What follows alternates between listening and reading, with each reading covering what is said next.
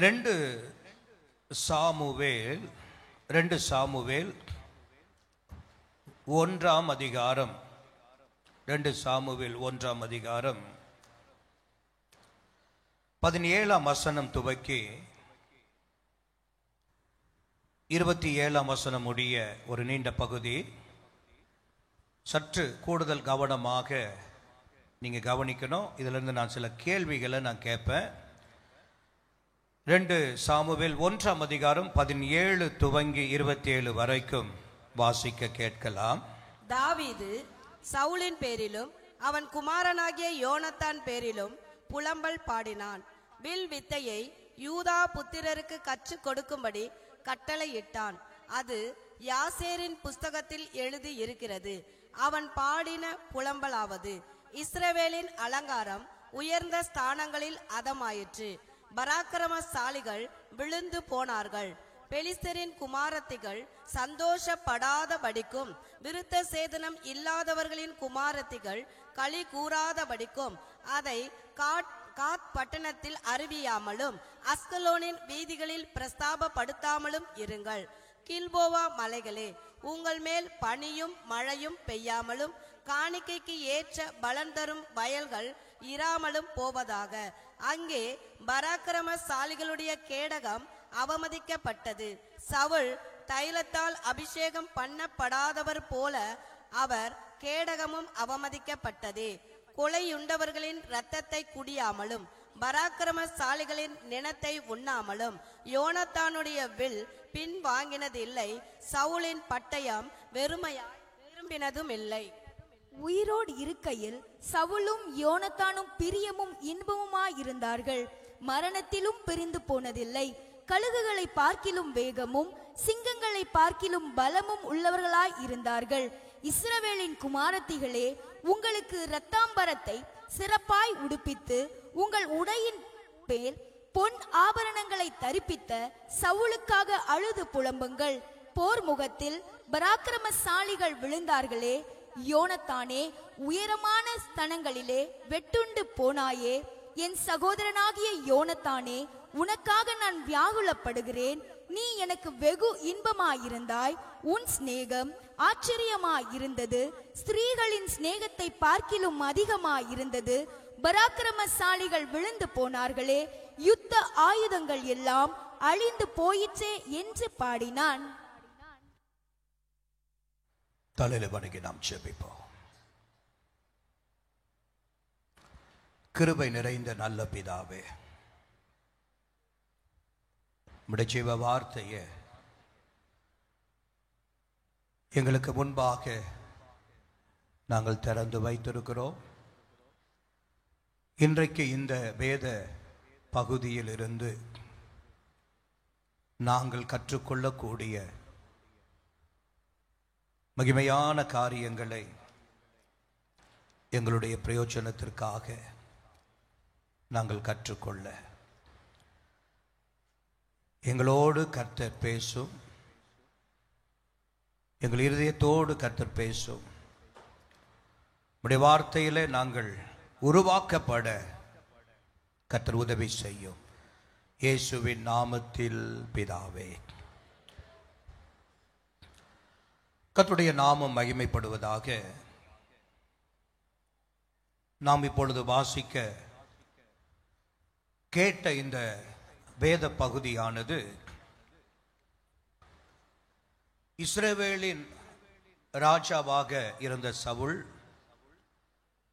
சவுலுடைய மற்ற பிள்ளைகள் எல்லாரும் பெலிஸ்தரோடு கூட போர் செய்து கொண்டு இருக்கிற வேளையில், யுத்தம் பண்ணிக்கொண்டு இருந்த வேளையில், அந்த யுத்தம் மும்முரமாய் மாறி தன்னுடைய சத்துருக்களோடு கூட அவர்கள் ஈடு கொடுக்க முடியாத ஒரு நிலை வந்து யுத்த களத்திலே சவுலும் அவனுடைய மற்ற பிள்ளைகளும் ஆயுததாரிகள் என்று சிலர் மரித்து போனார்கள் என்று சொல்லி இந்த பகுதியில் நாம் பார்க்கிறோம். இந்த மரித்து போன இந்த செய்தியை தாவீதுனுடைய காதுகளுக்கு கொண்டு வருகிறாங்க. இந்த செய்தி தாவீது கேட்ட உடனே அவன் புலம்பலாக ஒரு பாட்டையே எழுதுகிறான். அதுதான் இப்போ நான் வாசிக்க கேட்ட அந்த புலம்பல் பாட்டு. துக்கமான நேரத்தில் தாவீது பாடின ஒரு பாட்டு. அவன் பாடின வேளையில் யோனத்தான் என்று சொல்லப்படுகிற சவுலுடைய குமாரனாகிய யோனத்தான் என்று சொல்லப்படுகிற அவனை பற்றி வெளிப்படையாக அந்த 17 to 26 5 முறை யோனத்தானுடைய பெயர் என்ன செய்கிறது, சொல்லப்பட்டு இருக்கிறதை காண முடியும். 5 முறை இந்த 10 வசனத்திற்குள்ள 5 முறை யோனத்தானுடைய பெயர் என்ன செய்கிறதுன்னா சொல்லப்படுகிறதை நாம் கவனிக்க வேண்டும். ஆனால் 10 முறை அவனுடைய பெயரை சொல்லாமலேயே 10 முறை அவனை பற்றி தாவீது புலம்புகிறதையும் நாம் காண முடியும். 19ஆம் வசனத்துல நீங்க 17ஆம் வசனத்துல முதலாவது யோனத்தான் என்று சொல்லி வருகிறதை நாம் பார்க்கிறோம். யோனத்தான் பேரில் புலம்பல் பாடினான் அப்படின்னு நாம் வாசிக்க கேட்க முடியும். நீங்க 19ஆம் வசனத்துல நீங்க வாசிக்கும் பொழுது வாசிங்க, இஸ்ரவேலின் அலங்கார். அந்த இடத்துல பெயரை சொல்லல, நல்லா கவனிக்கணும். அந்த இடத்துல யோனத்தான் அப்படின்னு பெயரை சொல்லல, மறைமுகமாக யோனத்தானை பற்றி தான் சொல்லுகிறான். ஆனா எப்படி சொல்லுகிறான் என்று சொன்னால், இஸ்ரவேலினுடைய அலங்காரம் உயர்ந்த ஸ்தானங்களில் அதமாயிற்று. இது யார் அப்படின்னா யோனத்தானை பற்றி மறைவாகவே அவன் குறிப்பிடுகிறதை நாம் பார்க்க முடியும். 20ஆம் வசனத்தை நீங்கள் வாசிப்பீர்கள். ஆனால் பெலிஸ்தரின் குமாரத்திகள் சந்தோஷப்படாதபடிக்கும் விருத்த சேதனம் இல்லாதவரின் குமாரத்திகள். ஏன்னா கில்போவா மலையில யோனத்தானோ சவுலோ மரிச்சிட்டாங்க.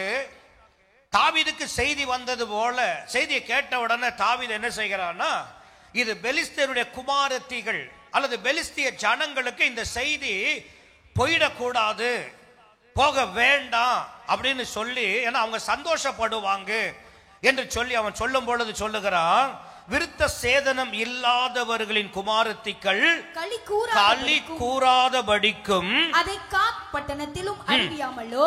அதை, அந்த வார்த்தையை முக்கியப்படுத்துகிறான். அதை என்றால் எதை என்று சொன்னா, இந்த யோனத்தானுடைய மரணத்தை என்ன செய்யக்கூடாது, அறிவிக்க கூடாது என்று சொல்லி மறைமுகமாக 2வது யோனத்தானை குறித்து சொல்லப்படுகிறது. 21ஆம் வசனத்தை வாசிங்க. கில்போவா மலைகளே, உங்கள் மேல் பனியும் மழையும் பெய்யாமலும் காணிக்கைக்கு ஏற்ற பலத்தரும் வயல்கள் இராமலும் போவதாக. அங்கே கில்போவா மலையில தான் யோனத்தான் சவுல் மரித்தாங்க. அங்கே கில்போவா மலைகளே, உங்கள் மேல இனி எதுவுமே இது முளைக்க கூடாது, சாபம் போடுகிறான். அங்கே பராக்கிரமசாலிகளுடைய கேடகம், பராக்கிரமசாலிகள் கேடகம் அப்படின்னு சொல்றது எழுத்தின்படி உள்ள ஒரு கேடகத்தை அல்ல, யோனத்தானையும் சவுலையும் பற்றி மறைமுகமாக அங்கு பதிவு செய்கிறதை நாம் பார்க்க முடிகிறது. பராக்கிரமசாலிகள் கேடகம் அவமதிக்கப்பட்டது. சவுல் தைலத்தால் அபிஷேகம் பண்ணப்படாதவர் போல அவர் கேடகமும் அவமதிக்கப்பட்டது. 3வது பராக்கிரமசாலிகள் என்று யோனத்தானை மறைமுகமாக தாவீது சொல்லுகிறதை கவனிக்கிறோம். 23ஆம் வசனத்தை வாசிங்க. உயிரோட இருக்கையில் சவுலும் யோனத்தானும் பிரியமும் இன்பமுமாய் இருந்தார்கள். மரணத்திலும் பிரிந்து போனதில்லை. மரணத்திலும் அவர்கள் பிரிந்து போகல. கழுகுகளை பார்க்கிலும் வேகமும். இப்போ யோனத்தானை குறித்து எப்படி சொல்றானா, அவங்க யாரு, கழுகுகளை போல வேகமும் சிங்கங்களை பார்க்கிலும் பலமும் உள்ளவர்களாய், சிங்கத்தை போல பலமாய் இருந்தவன் அப்படின்னு சொல்லி இங்கு மறைவாக யோனத்தானை தாவீது அடையாளப்படுத்துகிறதை பார்க்க முடிகிறது. 25ஆம் வசனத்தை வாசிங்க. போர் முகத்தில் பராக்கிரமசாலிகள் விழுந்தார்களே. போர் முகத்தில் மீண்டும் சொல்லுகிறான், பராக்கிரமசாலிகள் என்ன செய்தாங்க, விழுந்தார்கள் என்று யோனத்தானை குறித்து அந்த இடத்துல சொல்லுகிறான். 26ஆம் வசனம். என் சகோதரனாகிய யோனத்தானே, உனக்காக நான் வியாகுலப்படுகிறேன். உனக்காக இங்க பெயரை சொல்லியே சொல்லுகிறான், உனக்காக நான் வியாகுலப்படுகிறேன் என்று சொல்லிட்டு நீ எனக்கு வெகு இன்பமா நீ இருந்தாய். என்று சொல்லுகிற வார்த்தை யாருன்னா சொல்லுங்க பார்க்கலாம். யோனத்தானை சொல்லுகிறான். யோனத்தானை நீ என்று சொல்லுகிறான். அடுத்து உன் சிநேகம், உன் என்று யோனத்தானை பார்த்து சொல்ல, உன்னுடைய உன் சிநேகம் என்று சொல்லி இங்கு மறைவாக யோனத்தானை நீ என்றும் உன் என்றும் அங்கு அடையாளப்படுத்துகிறான். 27 வசனம். பராக்கிரமசாலிகள் விழுந்து போனார்களே, பராக்கிரமசாலிகள் விழுந்து போனார்களே அப்படின்னு மீண்டும் யோனத்தானை அறிமுகப்பாங்க பதிவு செய்கிறதை பார்க்கிற 28 வசனம். 27 வாசிங்க. பராக்கிரமசாலிகள் விழுந்து போனார்களே, பராக்கிரமசாலிகள் விழுந்து போனார்கள் என்று அங்க அறிமுகப்படுத்துகிறான். அடுத்து யுத்த ஆயுதங்கள் எல்லாம், யுத்த ஆயுதங்கள் எல்லாம் அழிந்து போயிற்றே. யுத்த ஆயுதம் அழியல. சொல்லுங்க, யுத்த ஆயுதம் என்ன செய்யல? இப்போ யோனத்தான் கொண்டு போன பட்டயம் கேடகம் அது கொண்டு போனது அது அப்படியே தான் கிடக்குது. ஒன்று அந்த மலையிலே கடந்திருக்கும், இல்லை பெலிஸ்தர் என்ன செய்வாங்க, எடுத்துட்டு போயிருப்பாங்க. யுத்த ஆயுதம் அழியல. யுத்த ஆயுதங்களை போல இருந்த இவர்கள் என்ன செஞ்சிட்டாங்க, அழிந்துட்டார்களே என்று சொல்லி 10 முறை மறைவாகவும் 5 முறை வெளிப்படையாகவும் கிட்டத்தட்ட அந்த 11 வசனத்திற்குள்ள 15 முறை யோனத்தானை நினைவு கூர்ந்து தாவீது புலம்பினான் என்று சொல்லி பார்க்கிறோம். ஒரு ஆமென் சொல்லுங்க பார்க்கலாம். சத்தமா சொல்லுங்க பார்க்கலாம். அருமையான கற்றுடையவர்கள், இன்றைக்கு நேரடியாக செய்திக்கு ஒரு தலைப்பை நான் கொடுத்துட்டு செய்திக்குள்ளேயே நான் போகிறேன். இன்றைய செய்தியினுடைய தலைப்பு, இன்றைக்கு அல்லது இன்று இப்படிப்பட்ட யோனத்தான்கள் எங்கே என்று தாவீது பல முறை சொல்லி சொல்லி கதறுகிற புலம்புகிறானே, இன்று இப்படிப்பட்ட யோனத்தான்கள் எங்கே, இன்று இப்படிப்பட்ட யோனத்தான்கள் எங்கே என்கிற தலைப்பின் கீழாக ஒரு சில வார்த்தைகளை உங்களோடு பேச விரும்புகிறேன். ஒரு ஆமென் சொல்லுங்க பார்க்கலாம். இவ்வளவுதான சத்தம்? இவ்வளவுதான சத்தம்? சார், அருமையான கற்றுடையவர்களே, நான் சொல்லுவேன், அன்று தாவீது பாடி புலம்புகிறானே, இப்படிப்பட்ட யோனத்தான்கள் இன்றைய திருச்சபைக்கு மிக மிக மிக அவசியமானவர்கள். ஒரு ஆமென் சொல்லுங்க பார்க்கலாம். சத்தமா சொல்லுங்க பார்க்கலாம். இன்றைய திருச்சபையில, பொதுவா இன்றைய திருச்சபைகளில் என்று சொல்வதை விட இன்றைக்கு நம்முடைய பெரக்கா திருச்சபையில இப்படிப்பட்ட யோனத்தான்கள் மிக மிக மிக அவசியமானவர்கள். ஒரு ஆமென் சொல்லுங்க பார்க்கலாம். அல்லேலூயா. அருமையான கற்றுடையவர்களே, நான் இப்போ விளக்கும் பொழுது நீங்கள் அதை புரிந்து கொள்ள முடியும். தாவீது யார், தாவீது யார் அப்படின்னு நீங்க உங்க மனதில் ஒரு கேள்வி எழுப்புவீர்களானால் அதற்கு பல விடைகள் கிடைக்கும். தாவீது யார் என்றால் தேவனால் கண்டுபிடிக்கப்பட்ட மனுஷன். தாவீது யாரு? தம்பிங்க, வாலிபே தம்பிகளால நிமிர்ந்து உட்காருங்கப்பா. பேசும்போது நல்ல நேரம் நிமிர்ந்து உட்காருங்க. சும்மா சும்மா தலை கீழே போட்டுட்டு உட்காராதீங்க, சரிங்களா?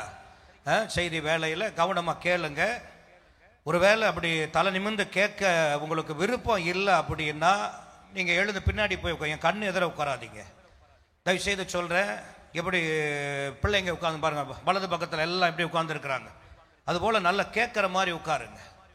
சும்மா அப்படியே கூணு விழுந்து பைபிள் மடியில் இருந்தால் பைபிளில் தலை எடுத்துன்னு போய் வச்சிடுறது, அதெல்லாம் பார்க்கறதுக்கே நல்லா இல்லை. உங்கள் கவனம், உங்களுக்கு வசனம் கேட்க விருப்பம் இல்லைன்னா நீங்கள் எழுந்து வெளியே கூட போயிடுங்க, உங்களுக்கு பர்மிஷன் கொடுக்குறேன். அதனால் தலை வந்து என்னை தான் பார்க்கணும். என்னை பார்க்காம தலைகளை கீழே குனிஞ்சதுன்னா நான் வந்து யாராக இருந்தாலும் சொல்லுவேன், பேரை தெரிஞ்ச பேரை சொல்லி கவனிக்க சொல்லுவேன். ஏதோ பல மணி நேரம் உட்காந்து இரவெல்லாம் பைபிளை வாசித்து ஒரு செய்தியை பல மணி நேரம் ஆயத்தப்படுத்திட்டு வந்து நம்ம பேசும்போது அதை வந்து ஒரு அசட்டையாக அதை கேட்கறதுக்கு விருப்பம் இல்லாமல் கேட்டு மற்றவருடைய ஆசீர்வாதத்திற்கு இடையூறலாம் இருக்கக்கூடாது.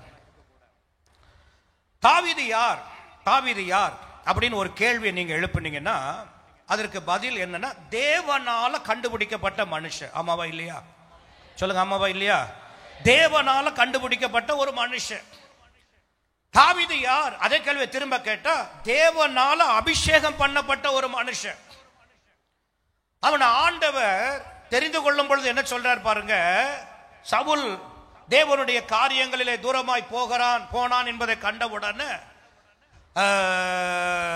ஆண்டவர் சொல்றார், என்னுடைய இருதயத்திற்கு ஏற்ற ஒரு மனுஷனை அல்லது என்னுடைய இருதயத்தில் இருக்கிற என்னுடைய சித்தத்தின்படி எல்லாம் செய்ய தக்க ஒருவனை நான் என்ன செய்வேன்? ஏற்படுத்துவேன் அப்படின்றார் ஆண்டவர். அப்போ தேவனால் கண்டுபிடிக்கப்பட்ட மனுஷன், தேவனால் அபிஷேகிக்கப்பட்ட மனுஷன், தேவனுடைய இதயத்தில் இருக்கிற அவருடைய சித்தத்தை அறிந்து செய்யும்படியாக தேவனால் எழுப்பப்பட்டவன் தான் இந்த தாவீது. கரங்களை உயர்த்தி சத்தமோரலிலே சொல்லுங்க பார்க்கலாம். அல்லேலூயா, அல்லேலூயா. அப்போ இந்த தாவீதை ஆண்டவர் இஸ்ரவேல் மக்களுக்கு முன்பாக அல்லது அவனை அபிஷேகம் பண்ண தெரிந்து கொள்ள தேவனுக்கு ஒரு பெரிய திட்டம், ஒரு பெரிய நோக்கம் ஒன்று இருந்தது. ஒரு ஆமென் சொல்லுவோமா? அல்லேலூயா, அல்லேலூயா. அது என்ன நோக்கம் அப்படின்னா, தாவீதை இஸ்ரவேல் ஜனங்களுக்கு என்ன செய்யணும்? இரண்டாம் ராஜாவாக மக்களுக்கு கொடுக்கணும் என்பது தேவனுடைய திட்டத்திலே, அவருடைய தீர்மானத்திலே, அவருடைய இதயத்திலே பதிக்கப்பட்டிருந்த ஒரு உண்மை, ஒரு விருப்பம். இரண்டாவதாக அவனுடைய கையில தேசத்தை என்ன செய்யணும்? கொடுக்கணும். இஸ்ரவேல் தேசத்தை எங்க கொடுக்கணும்? தாவீதுடைய கையில ஆட்சி செய்ய அவனுடைய கையில கொடுக்க வேண்டும் என்பது தேவனுடைய மாறாத சித்தமாயிருந்தது. இன்னும் சொல்லுவேன், ஆனால் ஜனங்களை எல்லாம் நடத்தணும் என்பது தேவ சித்தம். 1 சாமுவேல் 16ஆம் அதிகாரம் முதல் வசனத்தை கொஞ்சம் வேகமா வாசிங்க. 1-2 வசனங்களை இடையில வாசிக்க வைக்கிறேன். 1 சாமுவேல் 16:1 எடுத்து வாசிங்க. கர்த்தர் சாமுவேலை நோக்கி, இஸ்ரவேலின் மேல் ராஜாவாய் இராதபடிக்கு நான் புறக்கணித்து தள்ளின சவுலுக்காக நீ எந்த மட்ட துக்கித்துக் கொண்டு இருப்பாய்? நீ உன் கொம்பை தைலத்தால் நிரப்பிக் கொண்டு வா. பெத்லகேமியனாகிய ஈசாயின் இடத்துக்கு உன்னை அனுப்புவேன்.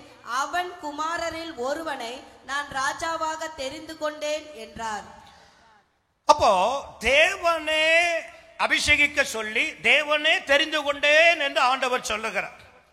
அப்ப இந்த தாவீது தன்னுடைய சுயமாக, தன்னுடைய விருப்பத்தின்படி, தன்னுடைய ஆசையின்படி அல்லது தன்னுடைய முயற்சியின்படியாக அவன் ராஜாவாக தேசத்திற்கு என்ன செய்யல, வரல அப்படி என்பது இந்த வார்த்தையில ஊர்ஜிதப்படுத்தப்படுகிறது. அப்போ முதலாவதாக தேவனுடைய நோக்கம் என்ன? ராஜாவாக்கணும், தேசத்தை கொடுக்கணும், ஜனங்களை அவன் என்ன செய்யணும்?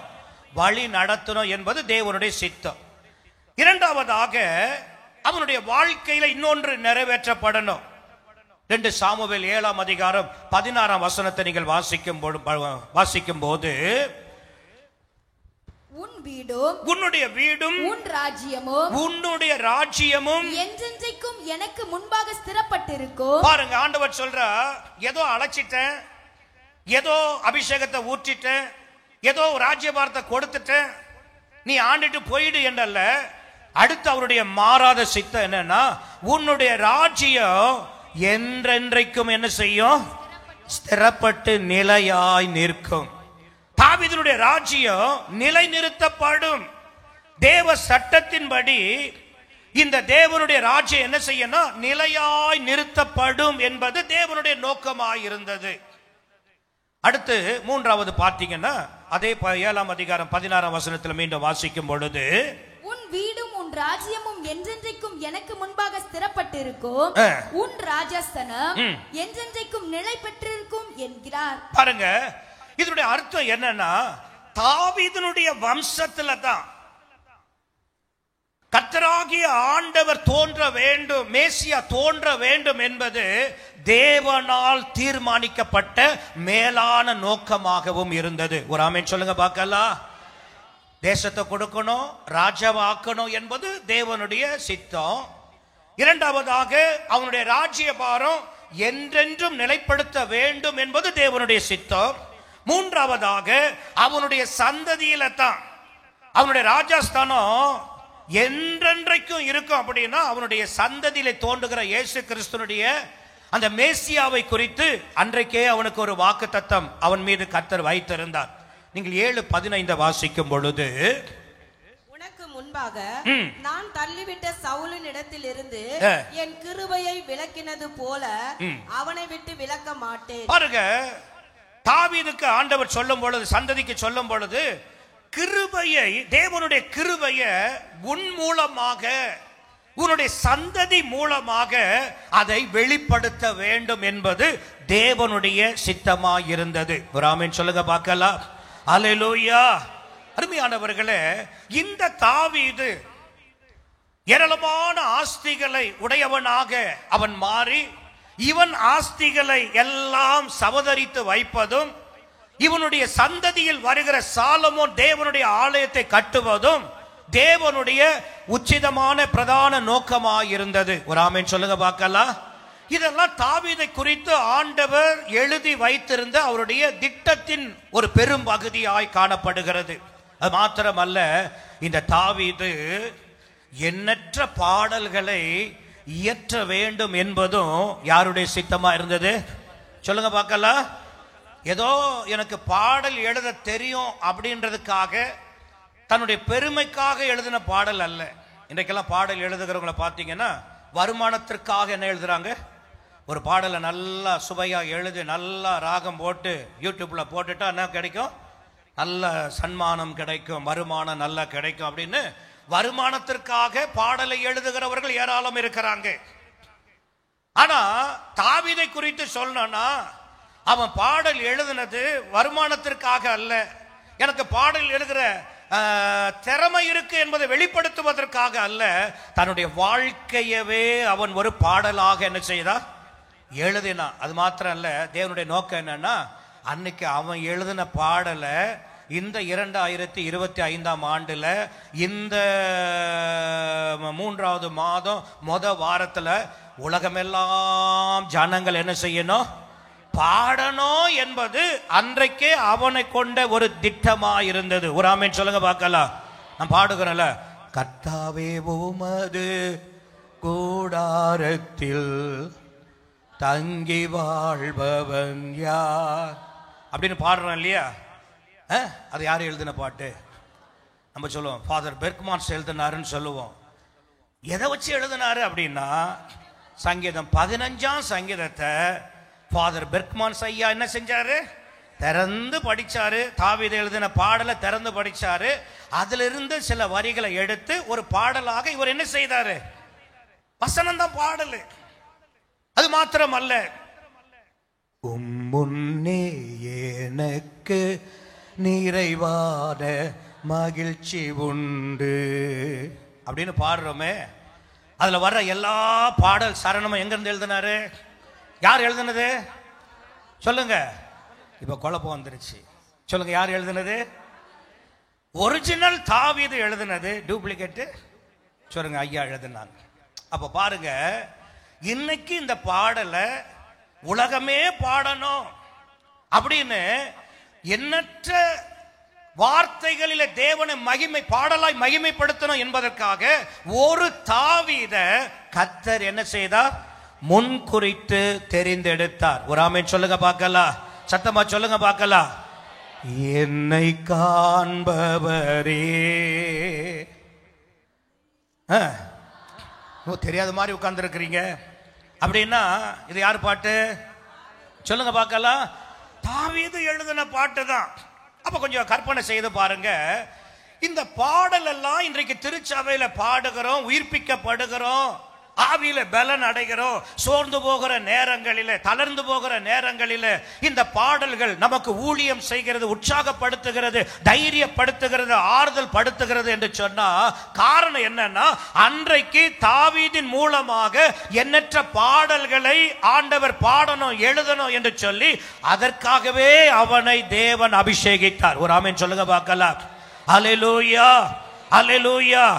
அது மாத்திரமல்ல, தாவீது தன்னுடைய வழிகளிலே தன்னுடைய வாரிசுகளை அல்லது தன்னுடைய குடும்பங்களை எல்லாம் உருவாக்க வேண்டும் என்பது தேவனுடைய சித்தமாக இருந்தது. ஒரு ஆமென் சொல்லுங்க பார்க்கலாம். அல்லேலூயா. அருமையான கர்த்தருடையவர்களே, ஏன் சொல்லுகிறேன்னா, இப்படி ஆண்டவர் தாவீதை ஒரு பெரிய நோக்கத்திற்காக, ஒரு பெரிய திட்டத்திற்காக தாவீதை கர்த்தர் முன்னமே தெரிந்தெடுத்தார். ஒரு ஆமென் சொல்லுங்க பார்க்கலாம்.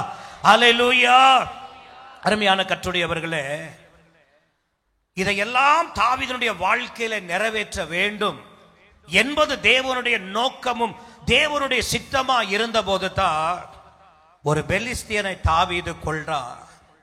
கொன்ற உடனே யோனத்தான் பார்க்கிறான், இந்த தாவீதை அழைக்கிறான், அந்த தாவீதோடு நட்பு கொள்ளுகிறான், அந்த தாவீதை அதிகம் நேசிக்கிறான். அதன் பின்பு பார்த்தீங்கன்னா தாவீதை பார்க்கும்போது அந்த யோனத்தான் எப்படி பார்த்தான்னா, இவன் சாதாரணமானவன் இல்லை, இவன் தேவனுடைய உயர்ந்த சித்தத்திற்காக, உயர்ந்த நோக்கத்திற்காக இவன் வேறு பிரிக்கப்பட்டவன் என்பதை இந்த யோனத்தான் கண்டான். ஒரு ஆமென் சொல்லுங்க பார்க்கலாம். அல்லேலூயா, அல்லேலூயா.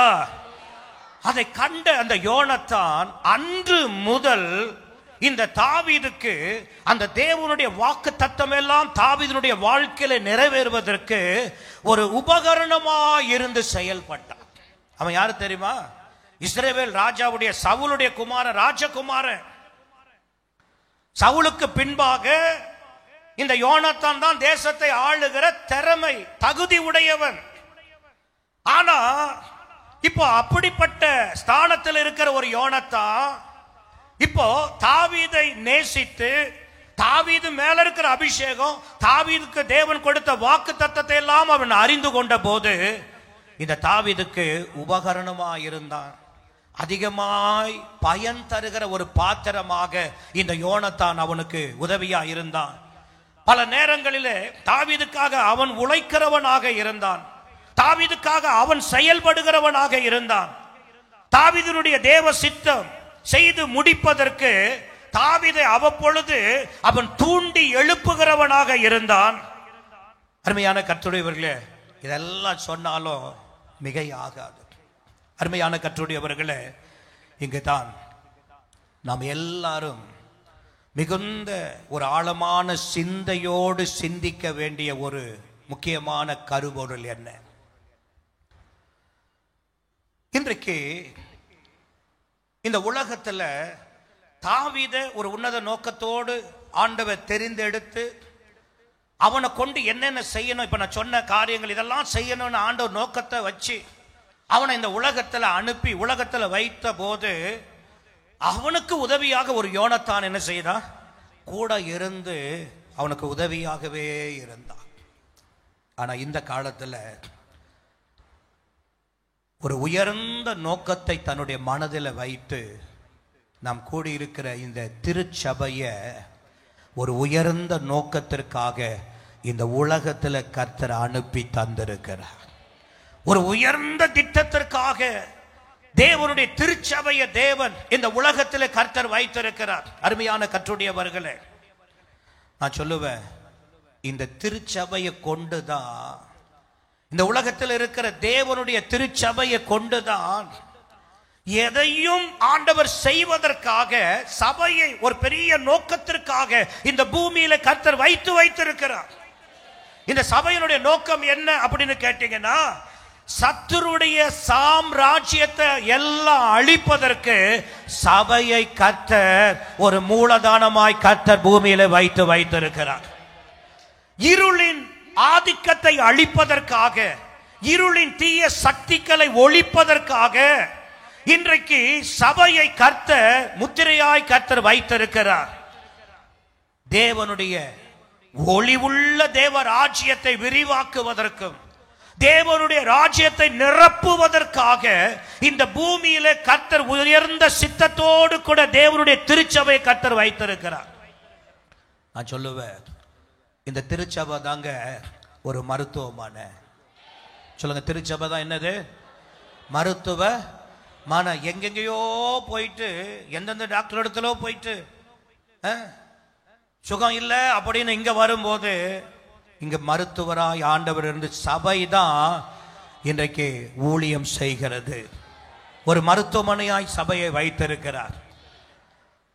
உலக எழுப்புதலை கொண்டு வருகிற ஒரு தீபமாக திருச்சபையை கர்த்தர் வைத்திருக்கிறார். தேவ தேவனுடைய சத்திய மார்க்கத்தை அறிவிப்பதற்காக, சத்தியத்தினால ஜனங்கள் விடுதலையாக்கப்பட வேண்டும் என்பதற்காக திருச்சபையை கர்த்தர் வைத்திருக்கிறார். சுவிசேஷம் உலகம் எங்கும் அறிவிக்கப்படுவதற்காக திருச்சபையில சுவிசேஷர்களை கர்த்தர் ஏற்படுத்தி உருவாக்கி இன்றைக்கு சுவிசேஷர்களை அனுப்பும்படியாக திருச்சபையை கர்த்தர் ஏற்படுத்தி வைத்திருக்கிறார். அது மாத்திரமல்ல, வேதம் சொல்லுது இல்லையா, ரட்சிக்கப்படுகிறவர்களை அனுதினமும் சபையிலே சேர்த்து கொண்டு வந்தார். எந்த நோக்கத்திற்காய் சபையை வச்சிருக்கிறார்னா, ரட்சிக்கப்படுகிற கூட்டங்களை அனுதினமும் சபையில என்ன செய்யணும், சேர்த்து கொண்டே இருப்பதற்காக, சபை பெருகிக் கொண்டே இருக்கணும் என்று சொல்லி ஆண்டவர் உன்னத நோக்கத்தோடு சபையை வைத்திருக்கிறார். இந்த தேவ சபை ஒவ்வொரு நாளும் தேவனுடைய வருகைக்காக என்ன செய்யணும், ஆயத்தமாகும்படியாக அல்லது வருகைக்கு போகும்படியான மக்கள் ஆயத்தப்படுவதற்காக திருச்சபையை கர்த்தர் இந்த பூமியில வைத்திருக்கிறார். அப்போ இந்த சபை ஒரு நோக்கத்தோடு இந்த உலகத்துல வைக்கப்பட்டு இருக்கிறது என்பதை நாம் அறிய வேண்டும். இப்ப நான் கேட்கிறேன், அன்றைக்கு தாவீதுனுடைய வாழ்க்கையில ஒரு நோக்கத்தோடு தாவீத ஆண்டவர் அனுப்பி வைத்த போது தாவீதுனுடைய நோக்கம், தாவீதுனுடைய அபிஷேகம், தாவீதுனுடைய தேவ சித்தம் என்ன என்பதை அறிந்து ஒரு யோனத்தான் அவனுக்கு உபகரணமா இருந்தது போல, இன்றைக்கு உன்னுடைய வாழ்க்கையில உன்னுடைய காலங்களில ஒரு திருச்சபை ஆண்டவர் ஒரு உன்னத நோக்கத்தோடு வைத்திருக்கிற இந்த வேளையில உன்னுடைய பங்கு என்ன, நம்முடைய பங்கு அதுல என்னவா இருக்கு என்பதை நான் பேசுகிறத கேட்கறது இல்ல, சிந்திக்க வேண்டும்.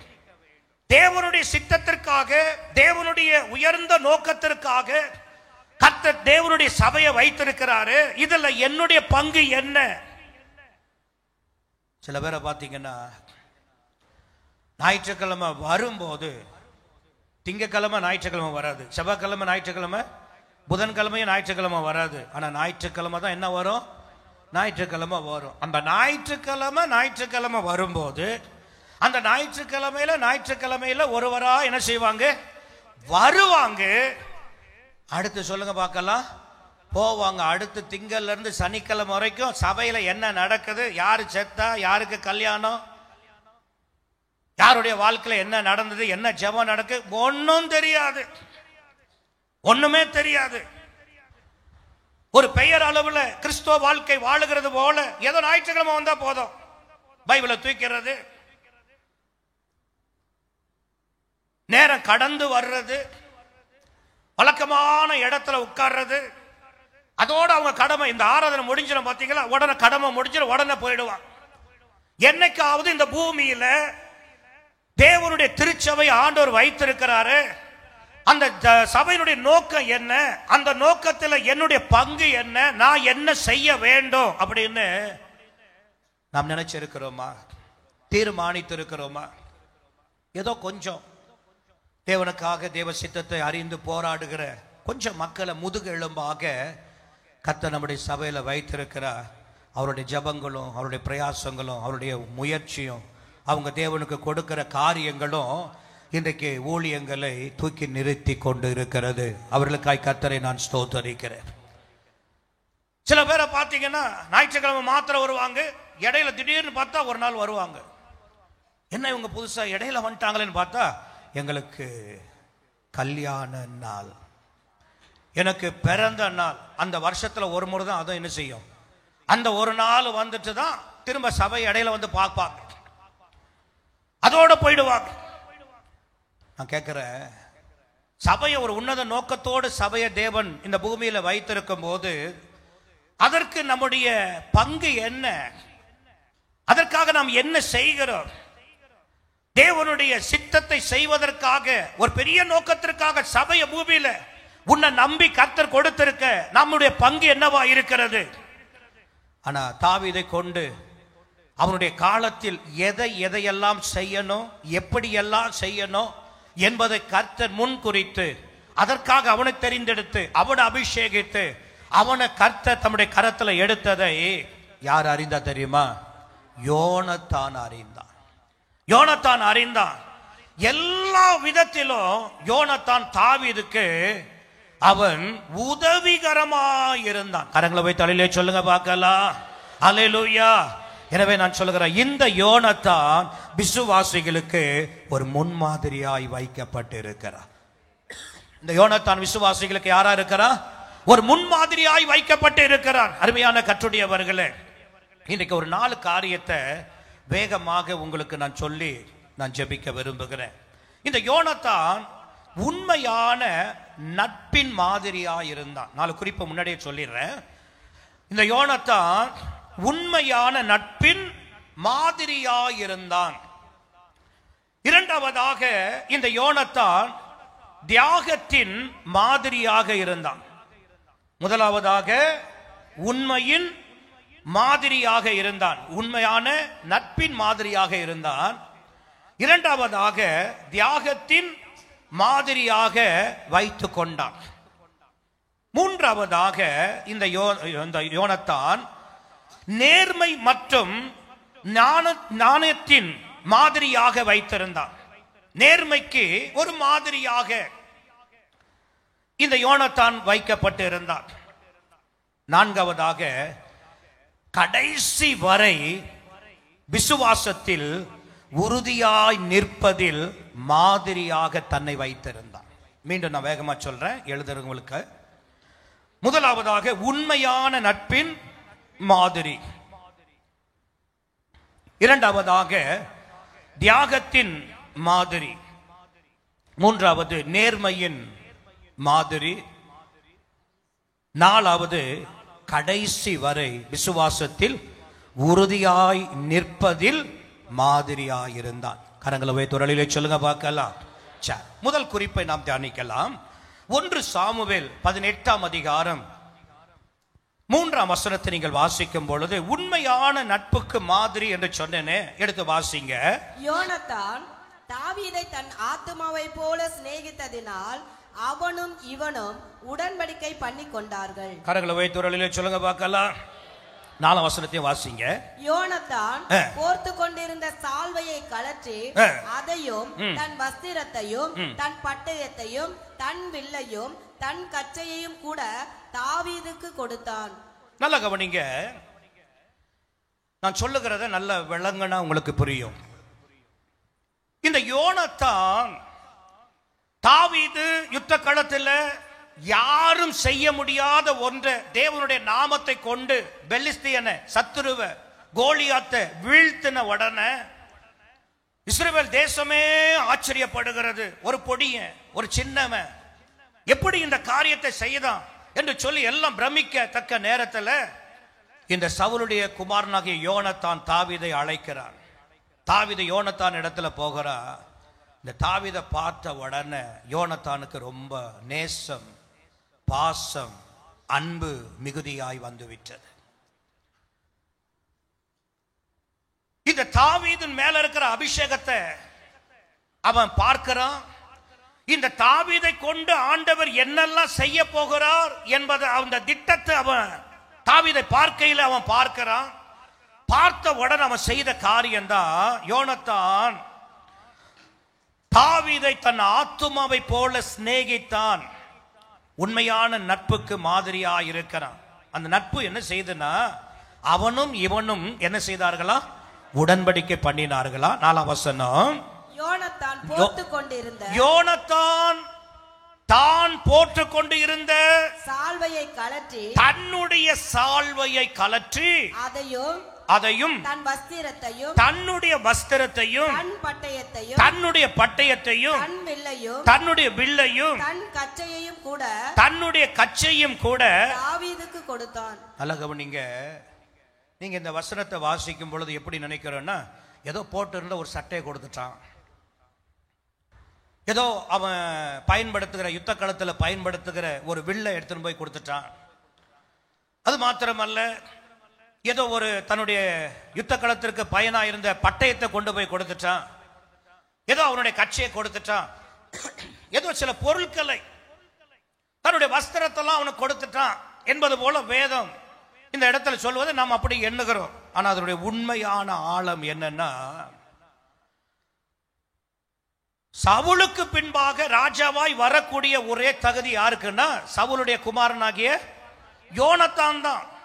ஏன்னா யுத்தத்தில் யோனத்தான் சிங்கம் போல தைரியமானவன், கழுக பார்க்கிலும் வேகமாய் செயல்படுகிற ஆற்றல் உடையவன்.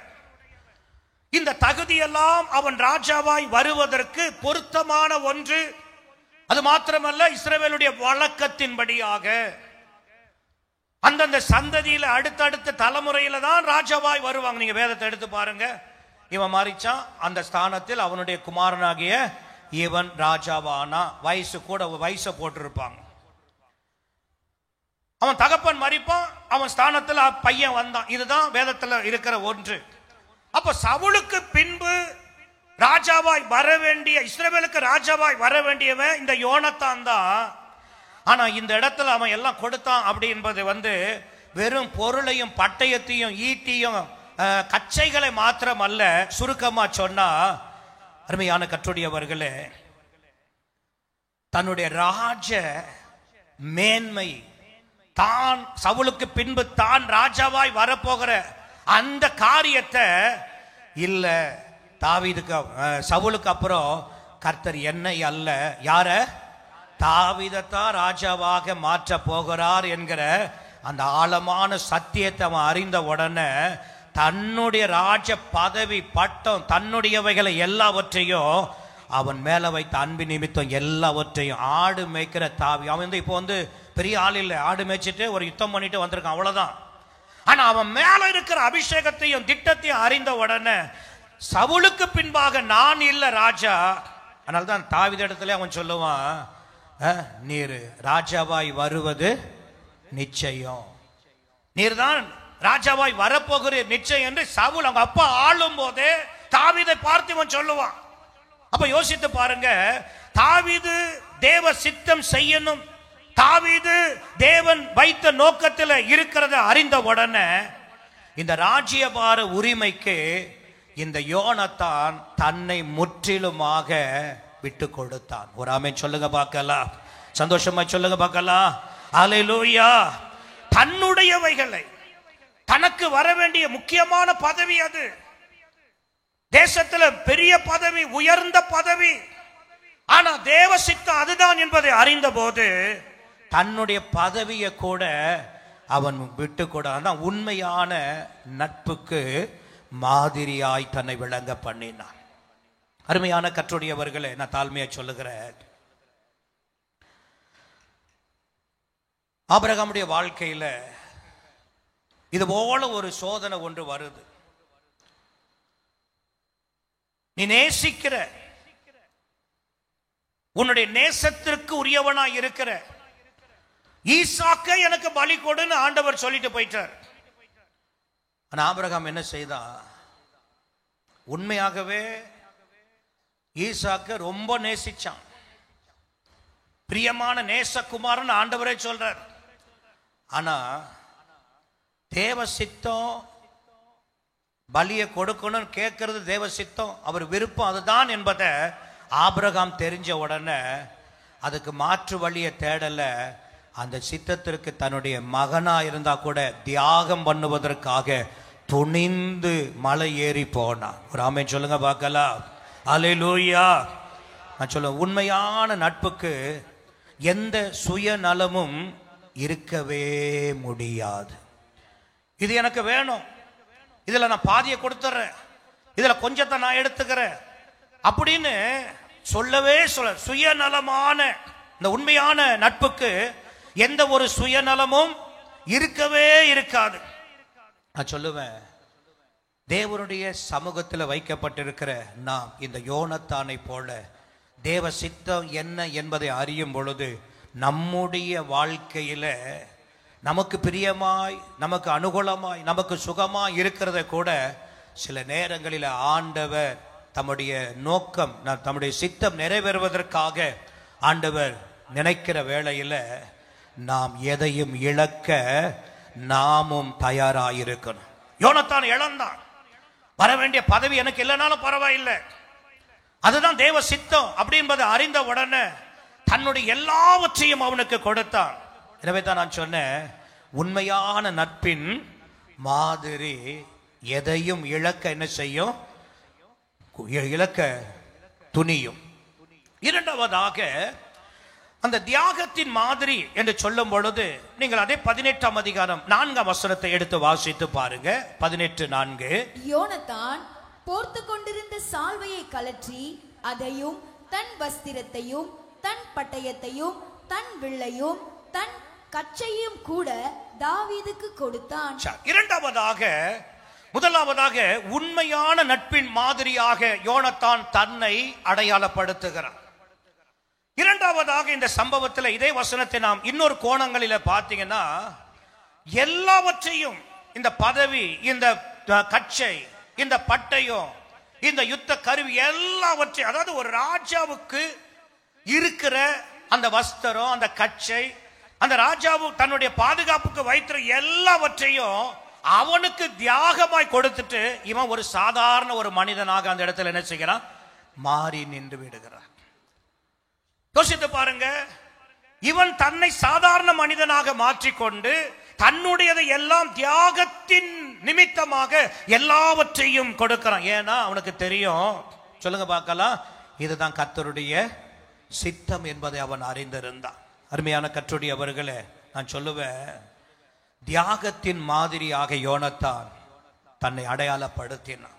சபையில் இருக்கிற நாமும் தியாகத்தின் அடையாளங்களாக என்ன செய்யணும்? மாறணும்.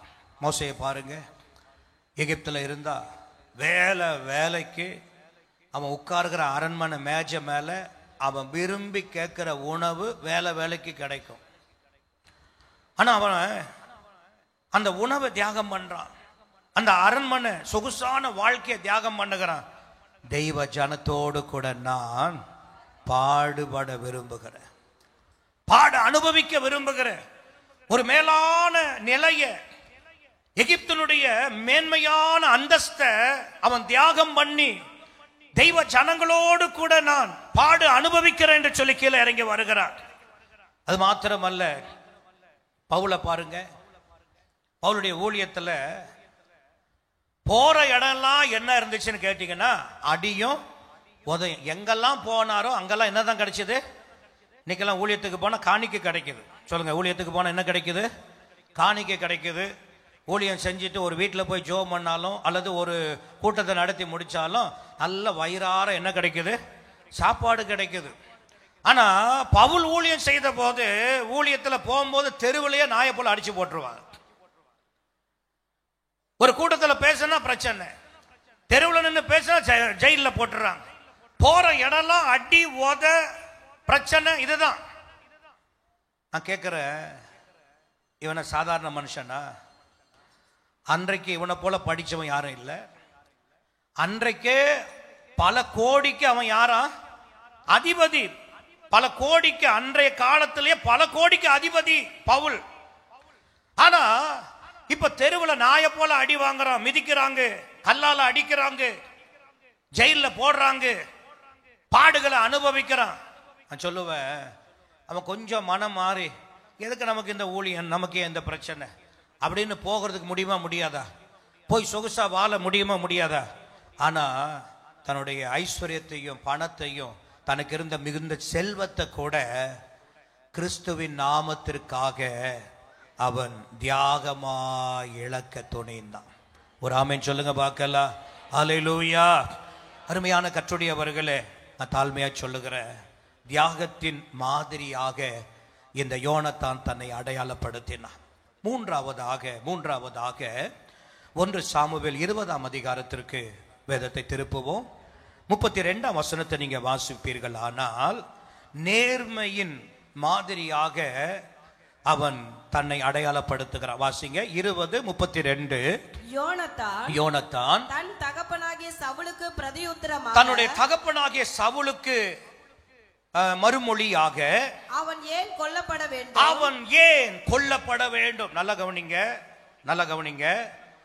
இந்த சவுல் இருக்கான் பாத்தீங்களா, சவுலுடைய எண்ணம் என்னன்னா, கோலியாத்தை கொன்று இஸ்ரவேல் மக்களுடைய இருதயம் எல்லாம் தாவீது பக்கம் போய் தாவீதை உயர்த்தி பேசிட்டாங்கன்னு கண்ட அந்த நாள் முதற்கொண்டு தாவீதை இந்த பூமியில உயிரோடு வைக்க கூடாது என்று சொல்லி அவனை கொலை செய்வதற்கு பல திட்டங்களை போட்டான், பல விதங்களில் எதிர்த்து வந்தான். அதுல ஒன்றுதான் அமாவாசையினுடைய மறுநாள்.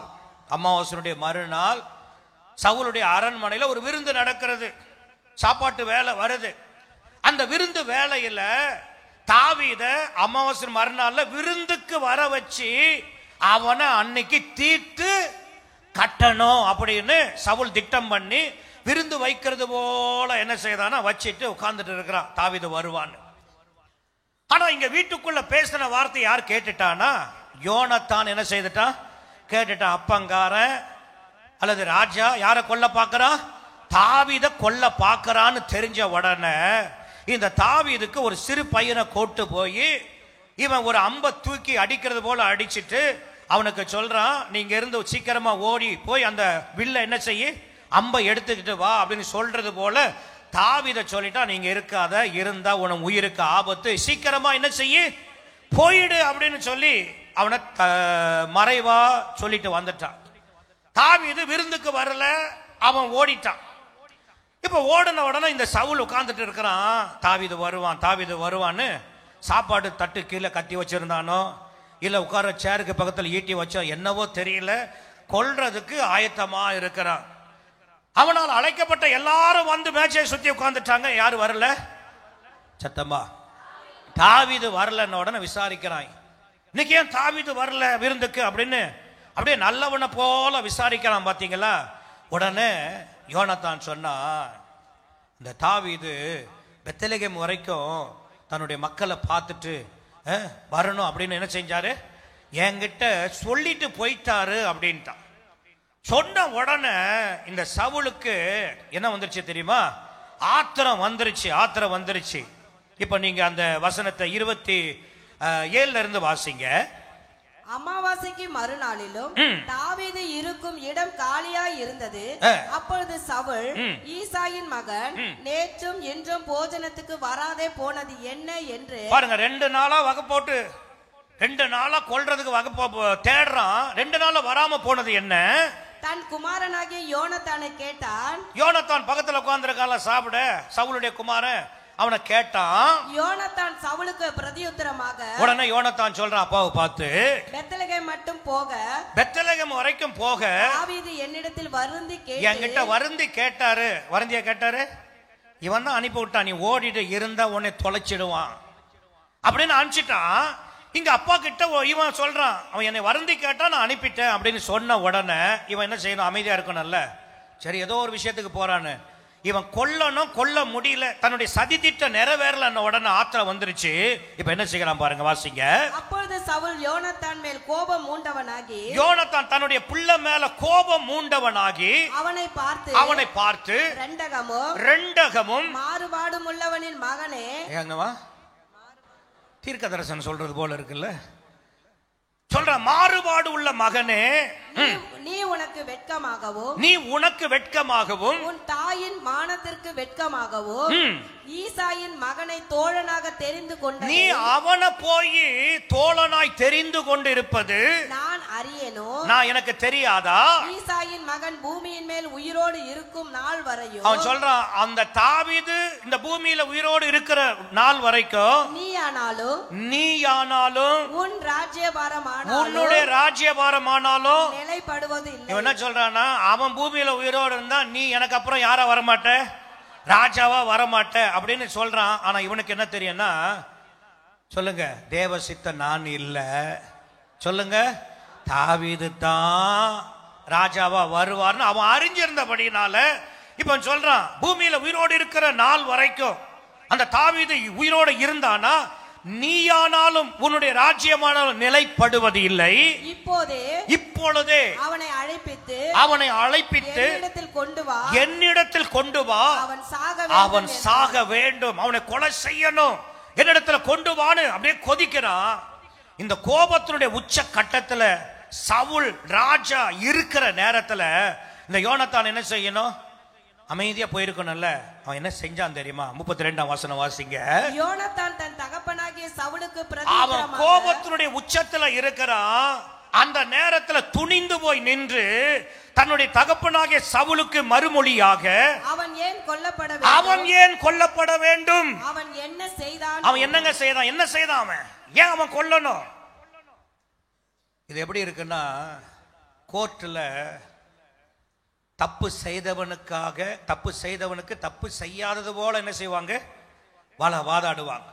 இங்க பாத்தீங்கன்னா ஒரு வாதாடுதல் நடக்கிறது. ஒரு வக்கீலாக யோனத்தான் மாறிட்டான்.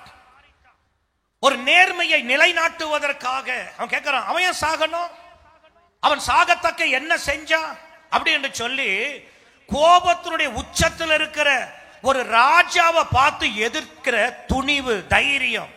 காரணம் என்னன்னா, அது அவனுடைய நேர்மையினுடைய மாதிரியை வெளிப்படுத்துகிறது. ஒரு ஆமென் சொல்லுங்க பார்க்கலாம். அல்லேலூயா, அல்லேலூயா. அருமையானவர்களே, வேதத்தில் பல பேர் இது போல நேர்மையானவர்களை வேதம் சொல்லுகிறது. யோசேப்பு தன்னுடைய ஜீவியத்தில் எப்படி இருந்தானா, நேர்மையாய் இருந்தான். தானியேல் தன்னுடைய வாழ்க்கையில் எப்படி இருந்தான், சிங்கக்கவில போட்டும் சாகல.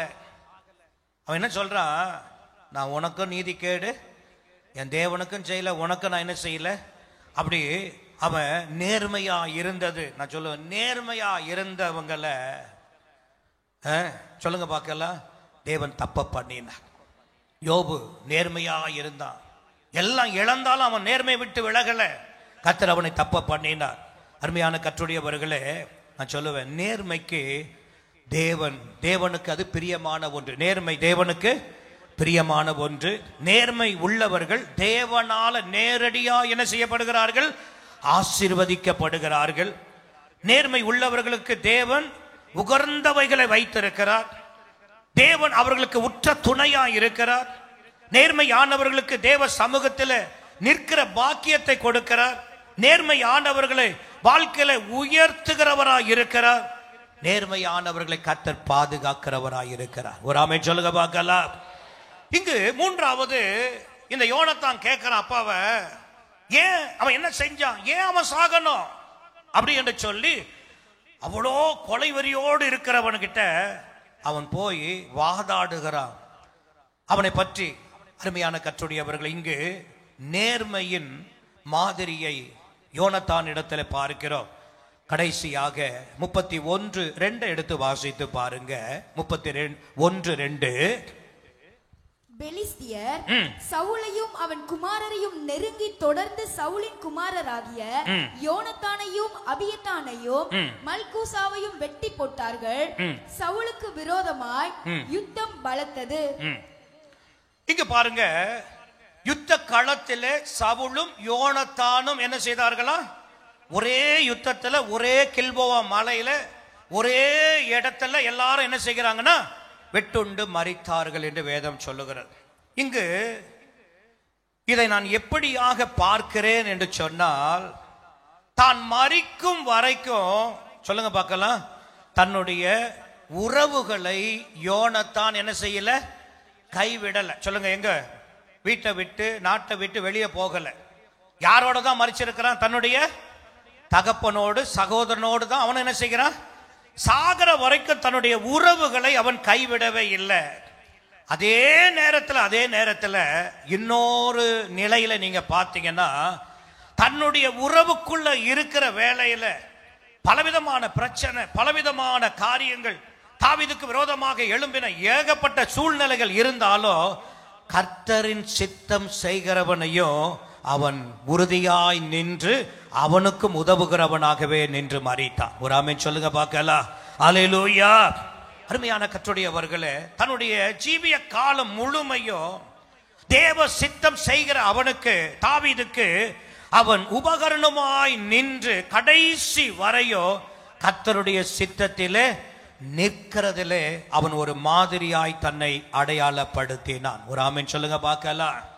இப்பதான் இந்த யோனத்தான மரித்து போன செய்தியை கேட்ட உடனே தாவீது புலம்பும் பொழுது பல வார்த்தைகள் வேதத்திலே சொல்லப்பட்டாலும் சில வார்த்தைகள் இப்படியாக இருக்கிறது. யோனத்தான் அவன் புலம்பி அழ காரணம் என்னன்னா, ஒன்று, யோனத்தான் தன் உயிர் நண்பனாக அவன் இருந்ததை அவனுடைய மரணத்திற்கு பின்பாக நினைக்கிறான். எப்படியெல்லாம் இந்த தேவ சித்தத்திற்கு இவன் எனக்கு அனுகூலமாய், உதவியாய், உபகரணமாய் அவன் இருந்தான். வீட்டில் ஆலோசனை பண்ணுவாங்க, தாவீதை கொல்றதுக்கு உடனே ஓடி வந்து சொல்லுவான். ஒரே வீட்டில் கொல்றதுக்கு ஆலோசனை எடுப்பாங்க, அதே வீட்டில் இவனை தப்புவதற்கும் என்ன செய்வான்? யோனத்தான் மூல காரணமா இருந்தான். இப்படி ஒரு உயிர் நண்பனா எனக்கு இருந்தானே என்பதை, தன்னுடைய வாழ்க்கையில இருந்தா என்பதை நினைத்து புலம்பினான். இரண்டாவதாக, எனக்காக பல தியாகங்களை இந்த யோனத்தான் என்ன செய்தானே. தான் வர வேண்டிய உயரத்திற்கு அவன் வர விரும்பாமல், நீதான் ராஜாவாய் வருவ என்று சொல்லி என்னை ராஜாவாய் மாற்றுவதில் துடிப்புடையவனா இருந்தானே, எனக்காக பல தியாகங்களை செய்தானே என்பதை நினைத்து புலம்பினான். மூன்றாவதாக, யோனத்தான் தன்னுடைய சுயநலம் எல்லாவற்றையும் விட்டு கொடுத்து என்னை நேசித்தானே என்பதை நினைத்து புலம்புகிறான். நான்காவதாக, யோனத்தான் எனக்கு உறுதியான உறவாக, எப்பொழுதுமே எனக்கு ஒரு உறுதியான உறவாக என்னோடு கூட இருந்தானே என்பதை அவனுடைய மரணத்திற்கு பின்பாக தாவீது புலம்புகிறான். அது மாத்திரமல்ல, இந்த யோனத்தானை தாவீது நினைக்கும் பொழுது, எனக்கு அவன் ஒரு பெரிய பாதுகாவலனா என்ன செய்தான் இருந்தான். எத்தனையோ முறை இப்ப அமாவாசையில அழைத்து சாகடிக்க போறது யாருக்கு தெரியும்னா, யோனத்தானுக்கு தான் வீட்டில் தெரியும். தெரிஞ்ச உடனே செய்தியை அனுப்பி தாவீதை ஓட விடுறான். நீ போய் தப்பிச்சுக்கோ, இங்க வராத, நான் சொல்ற வரைக்கும் இந்த இடத்துல வராத. அப்ப யோசித்து பாருங்க, எனக்கு பாதுகாவலனா இருந்தானே என்பதை யோனத்தானை நினைத்து புலம்புகிறான். எனக்கு ஆறுதல் தருகிறவனா இருந்தானே. பல நேரத்தில் தாவீதே சோர்ந்து போய் இருக்கிற நேரத்தில் அவன் சொல்லுவான், உம்மை குறித்து கர்த்தர் சொன்ன வார்த்தை இதுதானே, அதை கர்த்தர் உமக்கு என்ன செய்வார்? நிறைவேற்றுவார் என்று சொல்லி கர்த்தருடைய வார்த்தையை சொல்லி சொல்லி பல முறை அவனை சோர்ந்து போன நேரமெல்லாம் இந்த யோனத்தான் தாவீதுக்கு ஆறுதலை உண்டாக்குகிறவனா இருந்தான். அது மாத்திரமல்ல, என்னுடைய உயிரை காக்க பல முறை தன்னுடைய உயிரை பணயம் வைத்தானே. யோசித்து பாருங்க, இவனை கொல்லணும்னு சவுல் பேசுறான். எதிர்த்து பேசுற வேளையில தாவீதை கொல்ல வைத்திருக்கிற ஆயுத பட்டயத்தை வைத்து கோபத்துல இவனை கொல்லனா முடியுமா? முடியாதா? முடியும். ஆனாலும் தன்னுடைய உயிர் போனாலும் பரவாயில்லை என்று சொல்லி தனக்காக அவன் எதிர்த்து வாதிட்டானே, உயிரையும் பணயம் வைத்தானே என்பதை நினைத்து புலம்பினான். தாவீது புலம்ப காரணம் என்னன்னா, என்னுடைய வாழ்க்கையில பெரும் பகுதிக்கு என்னுடைய வாழ்க்கைக்கு வழி காட்டுகிறவனாக இந்த யோனத்தான் கூட இருந்து என்னை நடத்தினானே.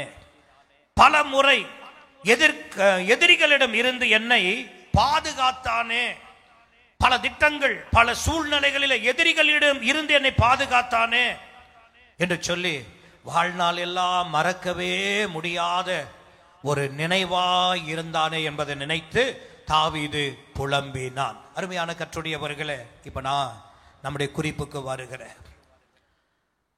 அன்றைக்கு தாவீது மேல வைத்த அபிஷேகம், தாவீது மேல வைச்ச திட்டத்திற்கு ஒரு யோனத்தான் எவ்வளவாய் உபகரணமா இருந்தான் என்பதை நாம் பார்க்கிற வேளையில, இந்த கடைசி காலத்துல கர்த்தர் தேவ திருச்சபைய ஒரு உயர்ந்த நோக்கத்திற்காக உங்களையும் என்னையும் நம்பி கர்த்தர் வைத்திருக்கிறார். இதுல நம்முடைய பங்கு எப்படி இருக்கணும்னா, உண்மையான நட்பின் மாதிரியான ஒரு யோனத்தானை போல, ஒரு தியாகத்தின் மாதிரியான ஒரு யோனத்தானை போல, ஒரு நேர்மையின் மாதிரியான ஒரு யோனத்தானை போல, கடைசி வரை கர்த்தருடைய சித்தத்தில் நிற்கிற அல்லது நின்ற ஒரு யோனத்தானை போல நம்முடைய வாழ்க்கையும் மாற்றப்பட வேண்டும் என்று கர்த்தர் விரும்புகிறார். நாம் யாவரும் எழுந்து நிற்கலாம். அருமையான கர்த்தருடையவர்களே, இன்று இப்படிப்பட்ட யோனத்தான்கள் எங்கே என்று ஆண்டவர் தேடுகிறார். யாரும் பேசாதீங்க. இதெல்லாம் அப்பப்ப சொல்றது எனக்கு அசிங்கமா இருக்கு. பேசாதீங்க, நேரா உட்காருங்க, கை தட்டுங்க. சபை அப்படின்னு வந்துட்டாலே சபைக்குரிய ஒரு ஒழுங்கு வந்துடணும். ஒரு ஆபீஸுக்குள்ள போனீங்கன்னா ஆபீஸினுடைய ஒழுங்கை கடைபிடிக்கிறீங்கள, ஒரு கம்பெனிக்குள்ள போனால் கம்பெனியுடைய ஒழுங்கை கடைபிடிக்கிறீங்கள. செல்லை உள்ள கொண்டு போகக்கூடாதுன்னா நான் செல்லை கொண்டு போவேன்னு சொல்ல முடியுமா? ஒரு ஸ்கூலில் போகிறீங்க, காலேஜில் போகிறீங்க. அப்போ அங்கங்கெல்லாம் அந்தந்த ஒழுங்கை கடைபிடிக்கிற உனக்கு தேவனுடைய வீட்டினுடைய ஒழுங்கு தெரியாதா? இல்லை உனக்கு தெரியலன்னா அதை சொல்லும் போது புரியாதா? எழும்புங்க ஜெபிக்கலான்னா உடனே அதுக்குள்ள ஒரு பேச்சு. எல்லாரும் அப்படியே கண்களை மூடுங்க. இந்த 3ஆம் மாதம் முதல் பரிசுத்த நாளில் மறைமுகமாய் அல்ல, கர்த்தர் உன்னோடு நேரடியாகவே பேசுகிறார். ஒரு தாவீதை கொண்டு எதையெல்லாம் தான் செய்ய வேண்டும் என்று கர்த்தர் முன்குறித்த போது அவனை ராஜாவாக்கணும், அவனுக்கு தேசத்தை கொடுக்கணும், அவன் தான் ஜனங்களை வழி நடத்தணும். அடுத்த ஆண்டவர் சொன்னா உன்னுடைய ராஜ்யபாரம் நிலை நிற்கும், தாவீதுடைய வாரிசுகள் மூலம் ராஜ்யம் நிலைப்படுவதாக சொன்னது தேவ சித்தம். தேவனுடைய சித்தத்தின்படி அது நிறைவேற்றப்படணும் என்பது தேவ சித்தம். அவனுடைய வம்சத்தில் தான் மேசியா தோன்ற வேண்டும் என்பது தேவ சித்தம். தாவீதின் மூலம், அவனுடைய சந்ததி மூலம் தேவ கிருபை வெளிப்படணும் என்பது தேவ சித்தம். தாவீது மூலம் ஒரு வாசஸ்தலம் ஸ்தாபிக்கப்பட வேண்டும் என்பது தேவ சித்தம். அதனால்தான் அவன் சவதரித்து வைத்தான். அவனுடைய குமாரன் ஆலயத்தை கட்டினான். ஒரு ஆலயம் உருவாகணும், வாசஸ்தலம் ஸ்தாபிக்கப்படணும் என்பது தேவ சித்தம். எண்ணற்ற சங்கீதங்களை எழுதணும், பாடணும் என்பது தேவ சித்தம்.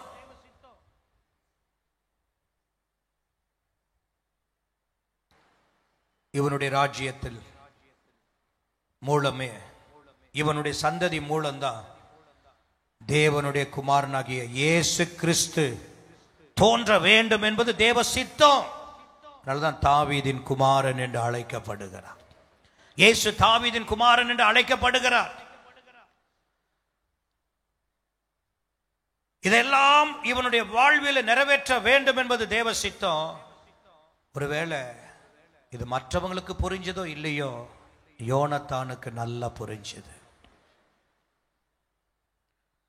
அதனாலதான் தாவீதின் மூலம் நிறைவேற்றப்பட வேண்டியவைகளை யோனத்தானும் அறிந்திருந்தபடியால் அவன் மிகுந்த உபகரணமாக, பயன் தரும் பாத்திரமாய், தாவீதுக்கு ஒரு உழைப்பாளியாக, செயல்படுகிற மாவீரனாக, தேவ சித்தத்தை செய்து முடிக்க துடிக்கிறவனாய், தூண்டுபவனாய், அவ்வப்பொழுது சோர்ந்து போகும்போது அவனை ஆறுதல் படுத்தி நடத்துகிறவனாய், அவனை பாதுகாக்கிறவனாய், அடைக்கலம் கொடுக்கிறவனாய், ஆதரிக்கிறவனாய், அவனுக்காய் வழக்காடுகிறவனாய்.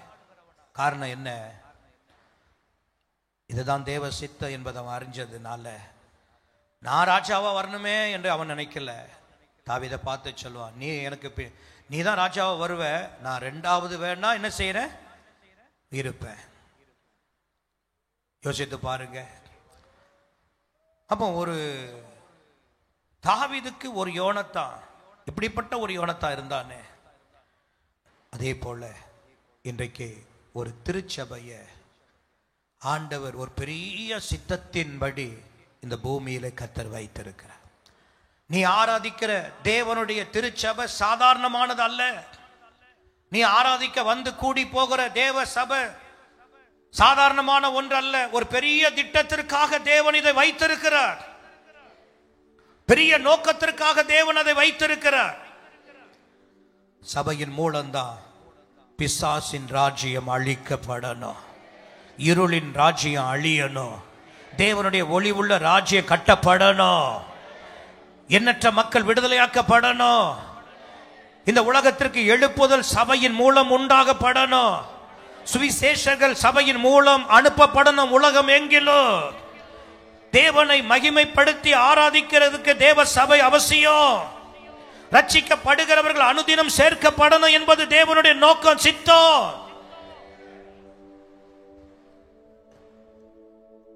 சபை வருகைக்கு ஆயத்தமாக்கப்படணும். இந்த உன்னத நோக்கத்தோடு இந்த பூமியில வைத்திருக்கிறார். இதுல உன்னுடைய பங்கு என்ன?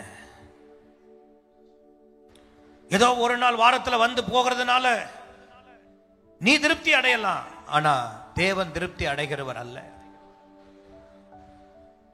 உனக்கும் உன் குடும்பத்துக்கும் உன்னுடைய தொழிலுக்கும் உன் வேலைக்கு நீ கொடுக்கிற நேரம் எவ்வளவு, ஆனா தேவனுடைய காரியமாய் நீ கொடுக்கிற நேரம் எவ்வளவு? நேரடியாய் கர்த்தர் உன்னோடு பேசுகிறார்.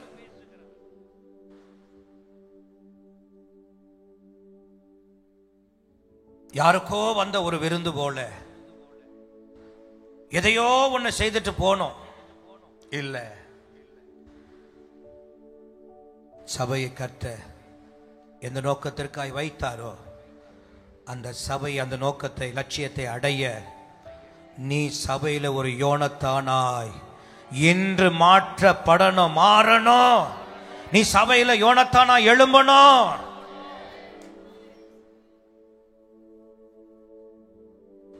எப்படிப்பட்ட யோனத்தான் சபைக்கு தேவை? உண்மையான நட்புக்கு மாதிரியான யோனத்தான் தேவை. எப்படிப்பட்ட யோனத்தான் சபைக்கு தேவை? தியாகத்தின் மாதிரி, எதையும் தியாகம் பண்ண துணிகிற, நேர்மை மற்றும் நாணயத்தின் மாதிரி. நேர்மைக்காக குரல் கொடுக்கிறான், நேர்மைக்காக எதிர்த்து பேசுகிறான். ஏன் சாகணும்? என்ன செய்தான்? சாகர அவருக்கு அவன் என்ன செய்தான்? என்ன பொல்லாப்பு செஞ்சான்?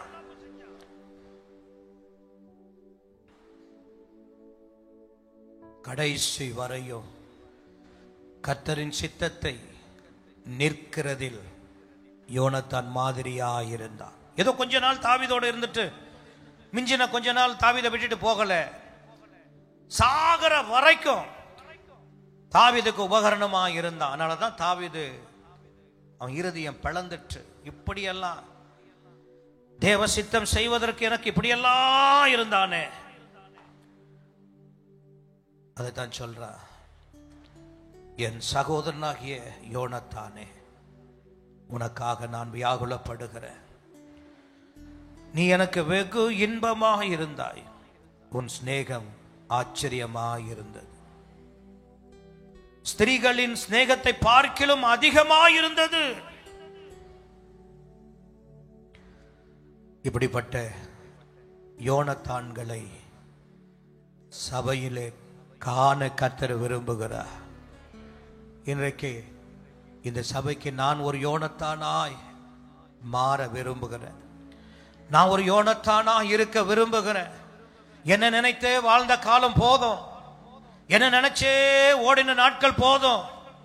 தேவனுடைய திருச்சபையின் நோக்கத்தை நான் அறிந்து தேவ சபையினுடைய நோக்கத்திற்காக நான் எழும்புவேன், செயல்படுவேன், தியாகமாய் செயல்படுவேன்.